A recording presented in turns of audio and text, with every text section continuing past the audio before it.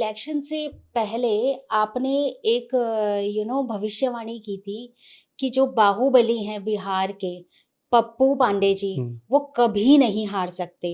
इतना बड़ा स्टेटमेंट आपने कैसे दे दिया था? हाँ, ये दिया था मैंने और इस पे पक्ष विपक्ष दोनों ने बहुत बहुत बातें बोली। ये लखनऊ के एक मीडिया इंटरव्यू में मैंने बात ये कही थी जी मैं इसको डिटेल में एक्सप्लेन करता हूँ। जी मैंने चुनाव से बहुत पहले कहा था, मैंने उस पर बहुत रिसर्च किया था कि आखिर 5 बार से कोई विधायक है, 6वीं बार भी फिर विधायक बन रहा है, उसके सामने कोई प्रत्याशी ही नहीं है। तो यहाँ बाहुबली वो वाली बाहुबली बात नहीं है। डर आज के डेट में आप पूनम में बताइए डरता कौन है? क्या आप डरा के वोट पा सकती हैं? असंभव है।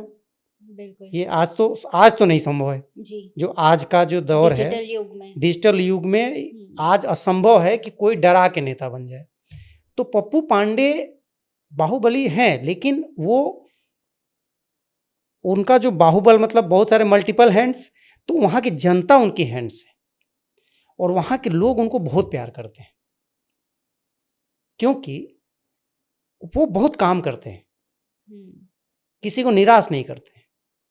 मैंने देखा उनका स्टाइल है जो काम करने का, जो लोगों से वो कनेक्ट करते हैं जी। उनको आप 1-2 महीने की तैयारी से नहीं हरा सकते थे। मैंने ये बात चुनाव के 3 महीना पहले बोली थी।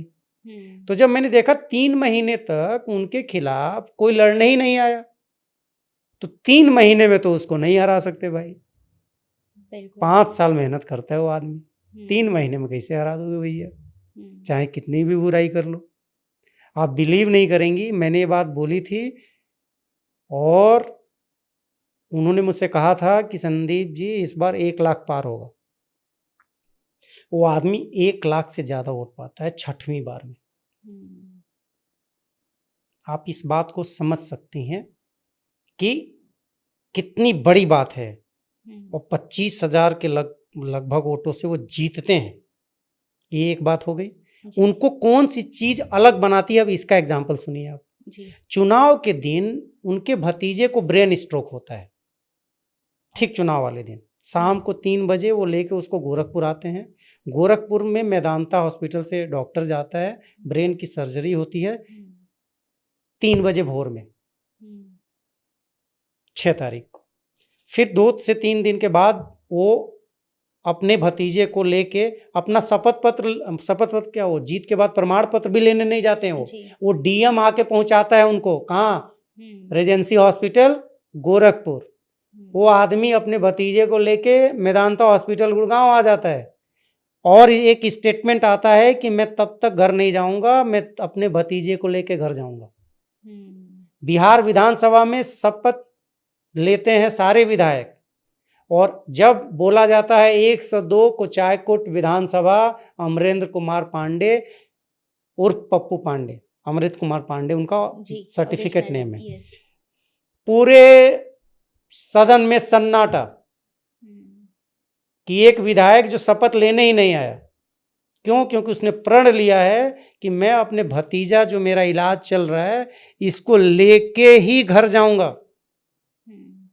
आप सोचिए आज के दौर में जहां पति पत्नी में झगड़े, भाई भाई में झगड़े, माँ बेटे में झगड़े, बेटे बाप में झगड़े, चाचा भतीजे के रिश्ते को उसने अमर कर दिया। परिवार को कैसे मजबूती दी जाती है, राम लक्ष्मण की याद दिला दी उसने। तो उनके पिताजी जो बीमार हैं सतीश पांडे, वो घर हैं जी। भाई का विश्वास देखिए, उनको पूरा पता है कि मेरा लक्ष्मण जैसा भाई मेरे बेटे को लेके ही आएगा, ये विश्वास है। तो ऐसा विश्वास उन्होंने पैदा किया था और ये मैंने रिसर्च में पहले ये जान लिया था। जो ग्राउंड रिसर्च मैंने की थी तो मुझे मालूम था कि कुचायकोट से पप्पू पांडे को उनके जीते जी नहीं हराया जा सकता।